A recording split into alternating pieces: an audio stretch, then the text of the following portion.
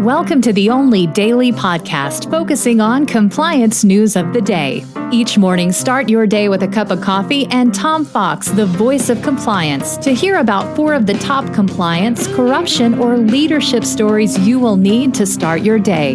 The Daily Compliance News is a production of the Compliance Podcast Network. First, a word from our sponsor.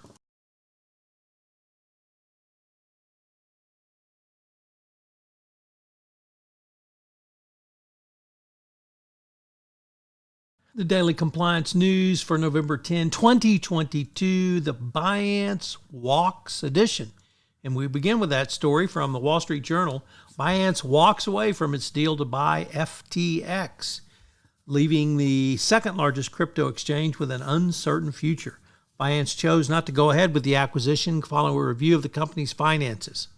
It appears they had a $8 billion shortfall, more than the $6 billion they had estimated, and other issues led to Binance pulling out of the deal. So props to Binance for engaging in pre-acquisition due diligence and walking away.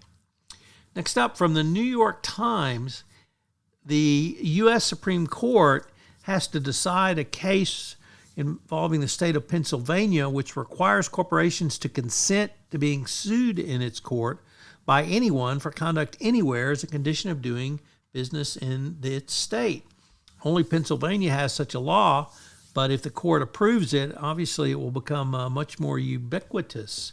It's an interesting decision, and typically courts can be sued where they're incorporated or where their headquarters are. This sort of unlimited jurisdiction is going to be an interesting question for this Supreme Court.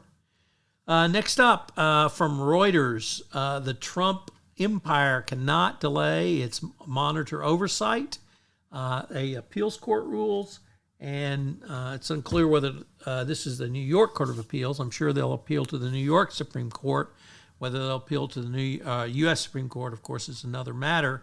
But the monitor is going to have a wide range of authority over the Trump empire, and court will not allow money to be transferred or large payments to be made without monitor and court approval. So looks like Trump's going to get some oversight. Our final story comes to us from France 24, a first-time contributor to the Daily Compliance News.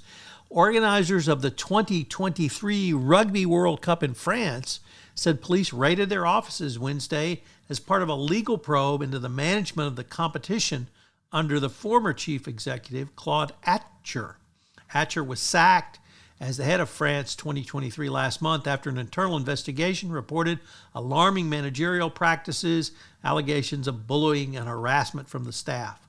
The probe followed a referral from auditors at the Finance and Sports Ministry, and yet another sports organization seems to be in trouble, although it does seem to be the former CEO, but you never know. If it's corrupt at the top, it's probably corrupt through the organization. The Daily Compliance News is a production of the Compliance Podcast Network and a proud member of C-Suite Radio. Thanks so much for listening. I hope you'll join me again tomorrow.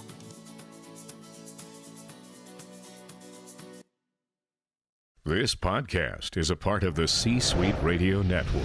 For more top business podcasts, visit c-suiteradio.com.